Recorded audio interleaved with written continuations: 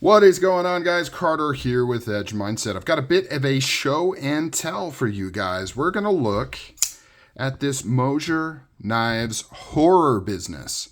I'm not going to say the name of the knife that much because it's a little difficult for me to say quickly. Horror business. But what a cool name for a wicked little knife right here. So David Mosier, he's been in the game for a long time. Making custom knives. He's done a few different production collaborations as well, but those are pretty rare. Mostly, he's kind of a tried and true custom maker. Now, I've always been drawn to kind of his aesthetic and how his knives look. You can see it's very aggressively done. You've got a lot of different angles. You've got this harpoon swedge on top, and then he's known for kind of this almost tonto-y type belly on the knife here. Even though this is not compound ground at all, beautiful grind lines. But let's before I get ahead of myself, let's do some specs here. So this one is on the smaller side, which is kind of cool because Mosier is somewhat, in my mind, somewhat similar to like JB Stout, where he makes knives that look like they should be very big and like overbuilt and heavy, but really they're quite carryable and compact. Now, this is one of his smaller models. He does larger ones. So if you are somebody that likes the larger knives, he's got you covered. Although I don't think he really does much in like mega folders, like 4-inch, not that 4-inch blades are mega folders, but I don't think he gets up into that 4-inch blade all too often, but I think he has a few models where he does that. So overall length is just over, no, not overall length. Blade length is just over 3 inches. Overall length is about 7 1/4. We'll do a quick size comparison to a Paramilitary 2. You can see quite a bit bigger on that Para 2 right there. And since I have it here, we'll do the CRK. No, not CRK, CKF. I get so much flack. Like, I literally avoid saying Custom Knife Factory or Chris Reeve Knives. I just need to say the whole name. Because so many times I mess up CKF and CRK, and people call me out in the comments so much, and they see it as like indicative of me not having any knife knowledge because my brain crossfires on those acronyms when I'm trying to make a video.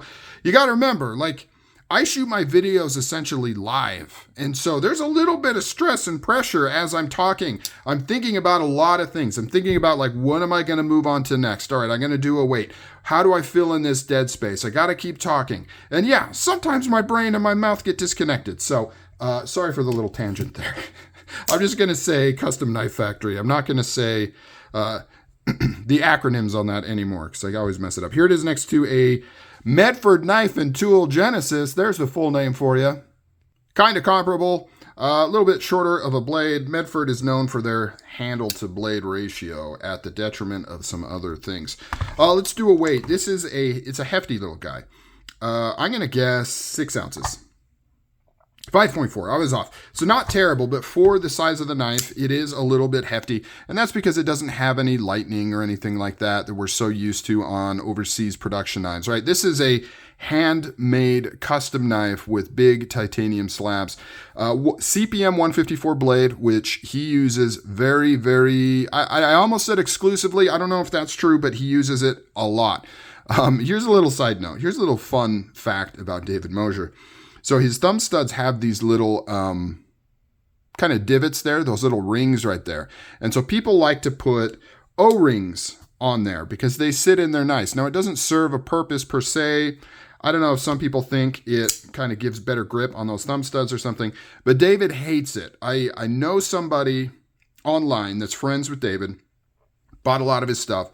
And whenever people send in knives to be like spot or worked on or anything like that, and it has O-rings on there, he hates it. It's like a little pet peeve of his. So if you want to honor David and you have one of his knives, do not put O-rings on the thumb studs. It's not cool. According to him, it's not cool. He doesn't like it. Very beautiful blade. You've got satin flats right there. You've got a beautiful fuller, that harpoon that I mentioned that looks absolutely wicked. Grind lines on there for days. Really nice work. Look at that plunge line. Look how consistent this secondary bevel is here. No smiles or anything. He is truly a master craftsman. You can see how this fuller lines up with that grind line on the top there right to the tip. Such good work. Very consistent on both sides. He is such a good knife maker.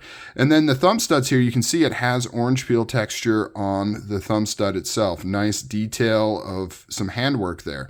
Now, another thing that he is kind of known for, in my eyes at least, is the contouring that he does on his scale. So this is all hand-done contouring, right?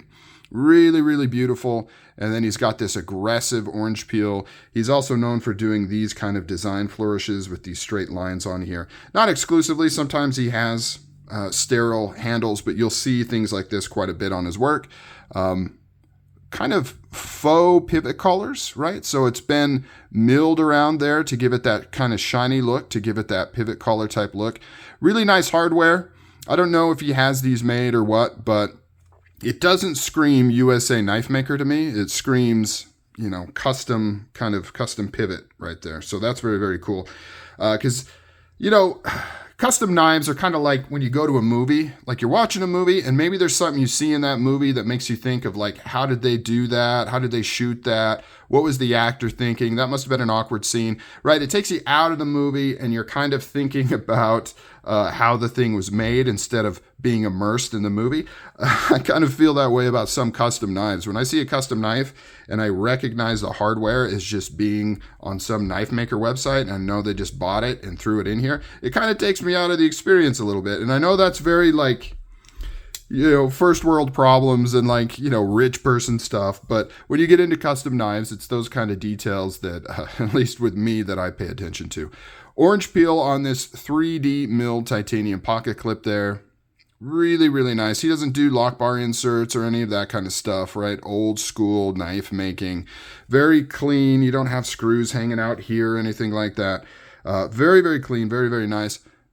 Orange peel on this backspacer as well. You can see how smooth the transitions are. And then you've got it a little bit proud right here with some gear pattern for some grip. Inset screws in the body there, perfectly centered.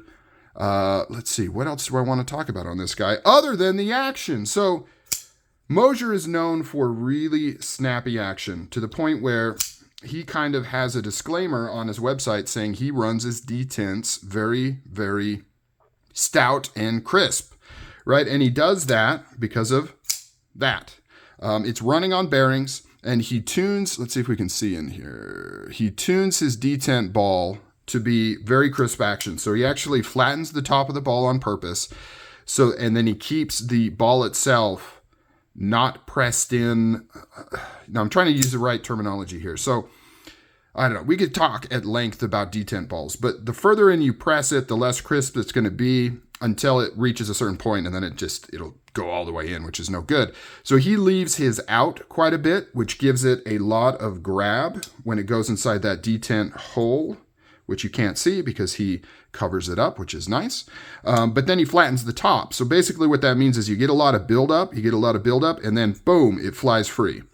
So he tunes his detents for this really snappy action mixed with the ball bearings in the pivot there, makes these things just have fantastic action. Oh, I wanted to point out the screws here. So the screws go all the way through the titanium, and you can see how they've been rounded and finished to kind of match the rest of the knife there. A lot of details in his stuff. Like I said, he is a master craftsman. And what I like about him is, like I mentioned before, I love his aggressive designs, but he has a very refined touch as a maker, right? So very well finished, very precise. Very good attention to detail from Mosier. So if you ever get a chance to pick up a Mosier knife, and you have that kind of money, right? You have that custom knife kind of money. And even if it's not like forever, right? So like, for example, I picked this guy up. I don't know how long I'm going to have it. I know what I bought it for. I can get back, whether in a trade or for a sale. And so like, yes, these are a lot of money, but it's also going to hold its value, right? So like you can have a collection of knives, you can invest in a collection of knives, and if you need to liquidate some funds, as long as you're smart about it and you're patient and you get a good price, you can get that money back. So anyway, small little tangent there. Comment down below, what do you think of David Mosier? He's one of my favorite custom knife makers, even though I never seem to have a lot of his pieces on hand at any given time. He's very, very, very good. All right, guys, comment down below. Talk to you later. See ya.